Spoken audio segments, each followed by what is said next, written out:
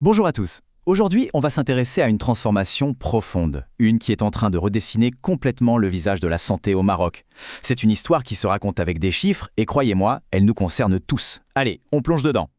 On commence avec ce chiffre, 80%. C'est énorme, 80%. Ça interpelle forcément. Et ça soulève une question essentielle sur la santé dans le pays.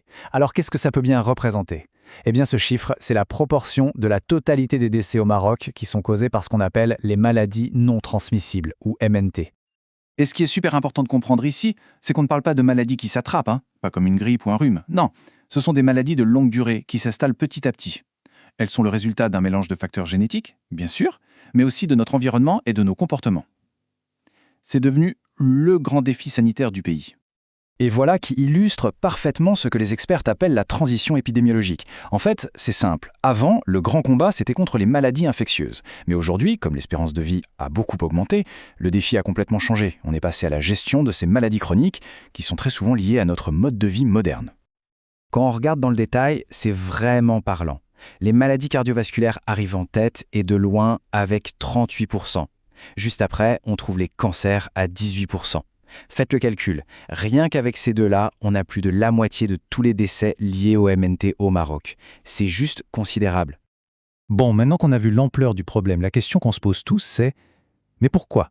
D'où vient cette explosion des maladies chroniques? Qu'est-ce qui se cache derrière ?» La réponse, en fait, se trouve en grande partie dans notre quotidien, dans nos habitudes. Une alimentation trop riche en sel, en sucre, le manque d'activité physique, le tabac, ce sont eux les principaux responsables. Et la bonne nouvelle dans tout ça, c'est qu'on les appelle des facteurs de risque modifiables. Modifiables, ça veut dire quoi? Ça veut dire qu'on peut agir dessus. On a le pouvoir de les changer, individuellement et collectivement. Et tenez, à propos de l'activité physique, une info clé de l'enquête nationale STEPS nous montre que le manque d'exercice est beaucoup plus marqué en ville qu'à la campagne. Ça reflète tout simplement des modes de vie qui sont devenus radicalement différents. Alors, face à ce défi immense, est-ce qu'on reste les bras croisés? Bien sûr que non. Le Maroc a mis en place une stratégie nationale très complète pour prendre le problème à bras-le-corps. Voyons un peu comment ça s'organise.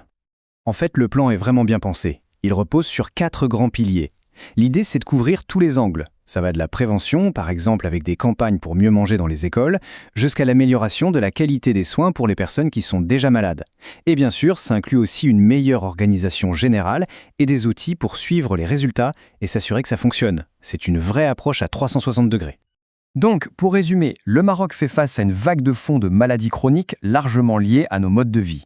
Une stratégie nationale ambitieuse est en place pour y répondre. Mais cette analyse nous laisse avec une dernière réflexion, une question essentielle, au-delà des grands plans, et si la prévention la plus puissante, la plus efficace, commençait tout simplement par chacun de nous. Voilà de quoi réfléchir, merci de nous avoir suivis,